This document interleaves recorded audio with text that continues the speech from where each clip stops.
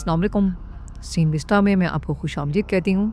मैं हाजिर हुई हूँ एक नई कहानी के साथ। तो शुरू करते हैं आज की कहानी। कहानी की शुरुआत हजारों साल पहले होती है, जहाँ एक लुहार अपने बेटे कोनन को अपनी बनाई एक खास तलवार दिखा रहा था और उसका मानना था कि एक आदमी को सिर्फ अपनी तलवार पर ही विश्वास करना चाहिए। अगले दिन जब कोनन अपने कुछ दोस्तों के साथ जंगल की सफाई कर रहा था, तभी उसकी नजर सामने से आ रहे दुश्मनों पर पड़ी, जिन्हें देखते ही कोनन ने अपने गांव की तरफ भागना शुरू कर दिया। लेकिन उसके दुश्मन उससे पहले ही गांव में पहुंचकर लोगों को मारने लगे। गांव में मची भगदड़ की वजह से सिर्फ कुछ ही लोग अपनी तलवार उठाकर उनका सामना कर पाए, जिनमें से कोनन के पिता भी एक थे। पर तभी रेक्सॉर नाम के एक आदमी ने पीछे से उस पर हमला कर दिया, जिसके बाद उसने कुछ कुत्तों को खुला छोड़ दिया ताकि वो उस जख्मी लकड़हारे को पूरी तरह से खत्म कर सकें। इसके बाद उस फौज का लीडर डून कोनन की मां की तरफ बढ़ा, जिसमें अपने आप को बचाने के लिए तलवार का इस्तेमाल करने की कोशिश तो की और डून ने बड़ी ही आसानी से उसे अपने वश में कर लिया।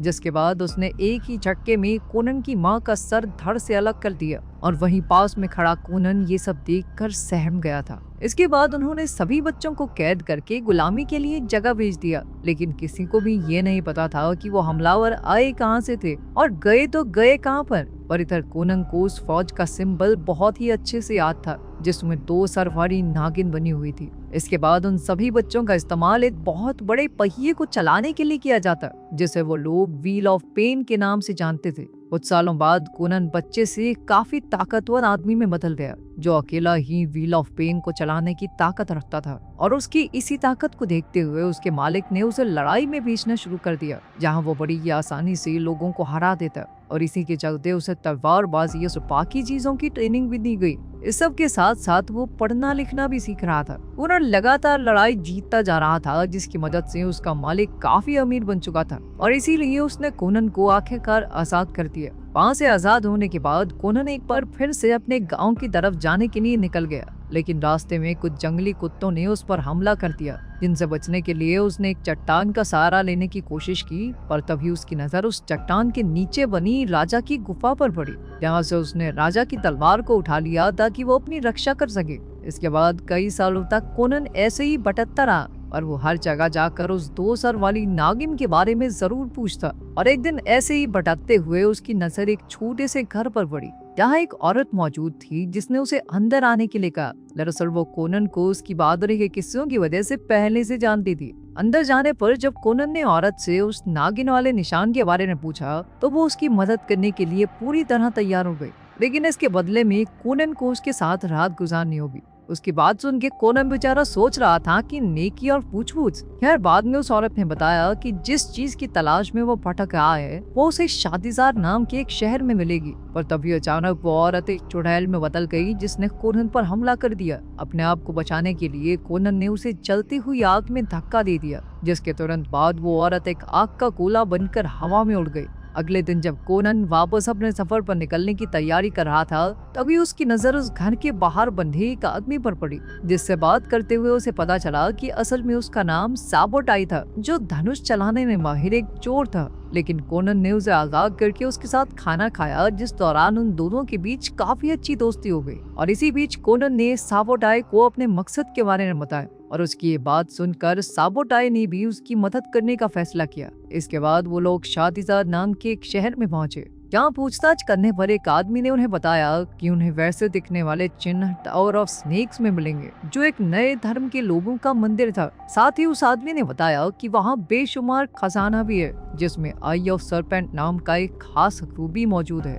उसी रात जब कोनन और साबोटाई टावर ऑफ स्नेक्स में घुसने की कोशिश कर रहे थे, तो वहाँ उनकी मुलाकात वलेरिया नाम की एक और चोर से हुई और जल्द ही उन्होंने एक साथ मिलकर इस चोरी को अंजाम देने का फैसला किया। थोड़ी देर बाद जब वलेरिया उस मंदिर के ऊपर पहुंची, तो उसकी नजर रेक्सॉर पर पड़ी, जो उस वक्त एक खास पूजा कर रहा था, जिसमें वो एक औरत को अपने वश में करके सांपों से भरे गड्ढे में गिराने वाला था। उधर कोनन और साबोटाई उस जगह पर पहुंच गए जहां आई ऑफ सरपेंट रखा हुआ था, लेकिन वहां पर एक बहुत बड़ा सांप हर वक्त उसकी रखवाली के लिए मौजूद था।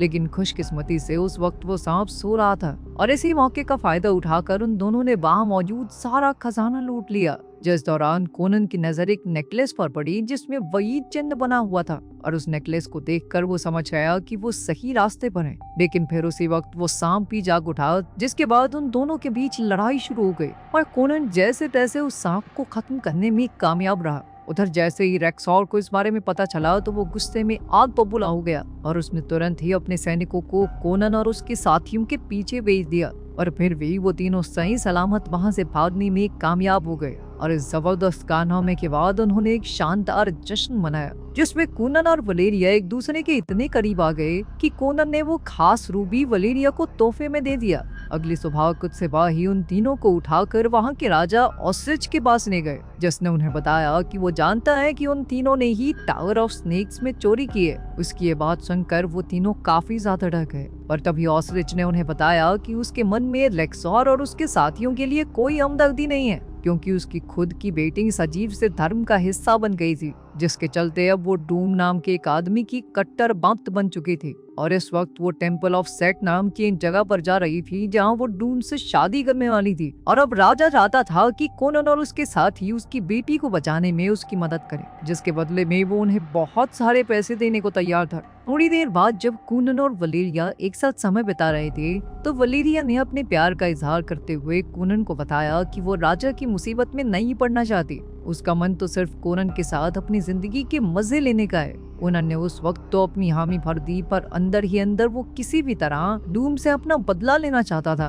अगली सुबह वो बाकियों से जल्दी उठकर अकेला ही टेम्पल ऑफ सेक्टेरिया निकल गया और थोड़ी देर बाद वो एक ऐसी जगह पहुंचा जहां काफी सारे प्राचीन पत्थर पड़े हुए थे और उनकी रखवाली के लिए अकीरो नाम का एक बूढ़ा जादूगर भी मौजूद था। उन दोनों में जल्दी ही दोस्ती हो गई, जिसके बाद वो दोनों पूरी रात एक दूसरे से बातें करते रहे, जहां कोनन ने अकीरो को अपने मकसद के बारे में बताया, जिस पर अकीरो ने उसे चेतावनी देते हुए बताया कि डूम किसी भी मामूली इंसान से बहुत ज्यादा ताकतवर है। अगली सुबह कोनन एक बार फिर से अपने सफर पर निकल गया और थोड़ी देर बाद ही टेम्पल ऑफ सेट के बाहर पहुंचकर उसने वहां मौजूद आदमी को मारने के बाद उसके कपड़े चुरा लिए, जिन्हें पहनकर वो अंदर घुस गया। और थोड़ी देर बाद ही एक आदमी को उसके पास से वो चुराया हुआ नेकलेस मिल गया, जिसके बाद उसे मारते हुए डूम के सामने ले जाया गया, जहां डूम ने टावर ऑफ स्नेक में चोरी करने और उसके खास सांप को मारने के लिए कोनन पर बहुत गुस्सा जाहिर किया। वहीं कोनन ने भी अपने माता पिता की हत्या का इल्जाम डूम पर लगाया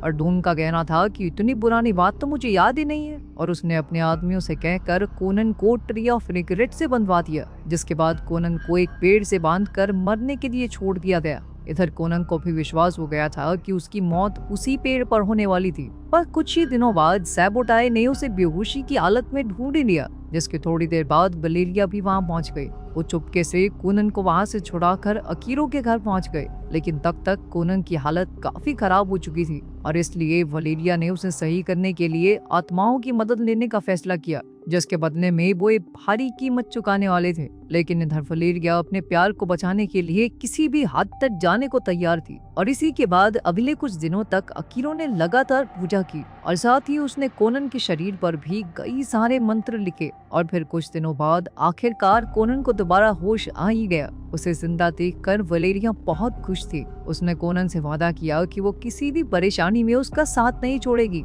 फिर चाहे उसे नर्क की गहराइयों से वापस ही क्यों ना आना पड़े। इसके बाद उन तीनों ने वापस टेम्पल ऑफ सेट में जाकर राजकुमारी को बचाने का फैसला किया, जिसके बाद वो डून के सिपाहियों की तरह भेस बनाकर वहां से निकल पड़े। पीछे के दरवाजे से अंदर घुसते ही उन तीनों ने सिपाहियों को मारना शुरू कर दिया। थोड़ा अंदर जाकर उनकी नजर एक कमरे में पड़ी जहां लीडर्स लोगों को मारकर खाते थे और आखिरकार वो यास्मीन के कमरे में पहुंच ही गए। राजकुमारी यास्मीन उस वक्त डूम के पैरों में बैठी हुई थी और तभी डूम ने अपनी असलियत भी बताई। असल में डूम कोई आम इंसान था ही नहीं, बल्कि वो एक इच्छाधारी नाग था और अपनी बात को साबित करने के लिए उसने अपना रूप बदल कर भी दिखाया। और तभी उन तीनों ने वहां मौजूद सभी सिपाहियों को मारना शुरू कर दिया, जिसके बाद वो तीनों यास्मीन को लेकर वहां से भाग गए। और थोड़ी दूर जाते ही डूम ने एक बार फिर से उन्हें पकड़ लिया और इस बार उसने उनके ऊपर एक जिंदा सांप से बने तीर से हमला किया, जो सीधा जाकर वलेरिया को लगा। कोनन और सैबोटाई ने उसे तुरंत ही घोड़े से उतारकर बचाने की कोशिश की, और तब तक बहुत ज्यादा देर हो चुकी थी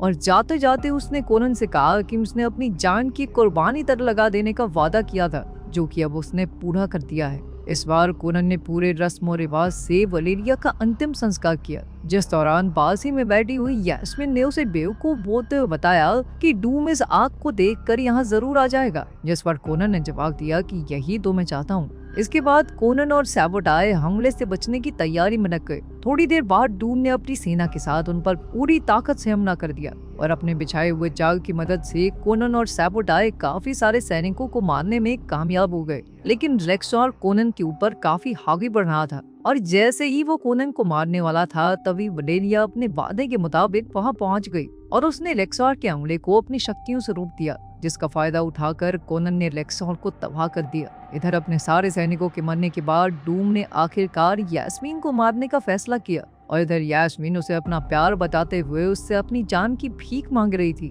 पर डूम को इस बात से कोई फर्क नहीं पड़ता था और उसने एक सांप से बना तीर यास्मीन की तरफ छोड़ दिया। लेकिन ऐन वक्त पर कोनन ने बीच में आकर उसे बचा लिया। अपने सामने कोई चारा न दिखते हुए डूम ने आखिरकार वहां से भागने का फैसला किया। अपने मंदिर में वापस पहुंचकर डूम ने अपनी शक्तियां बढ़ाने के लिए पूजा शुरू कर दी और उधर यास्मीन की मदद से कोनन एक बार फिर से मंदिर के अंदर घुस गया और उसे वहां देखते ही डूम ने उसका स्वागत किया और साथ ही डूम ने उसे अपना बेटा कहकर भी बुलाया, क्योंकि उसके मुताबिक उसी ने कोनन को जिंदगी जीने का लक्ष्य दिया था। डूम ने अपनी ताकत से कोनन को अपने वश में करने की कोशिश की, जिसमें थोड़ी देर के लिए वो कामयाब भी हो गया, पर तभी कोनन वापस अपने होश में आया और कोनन ने एक ही झटके में डूम का गला काटकर उसके सर को उसके श्रद्धालुओं के पैरों में गिरा दिया। सभी लोग ये देखकर डर गए और उन सभी ने वहां से भागना शुरू कर दिया। इसके बाद कोनन ने उस मंदिर को आग लगाकर यास्मीन को वापस अपने पिता के पास भेज दिया और कुछ सालों बाद कई सारी लड़ाइयां लड़ने के बाद कोनन भी एक राजा बन गया। उम्मीद है कि आपको आज की हमारी स्टोरी पसंद आई होगी।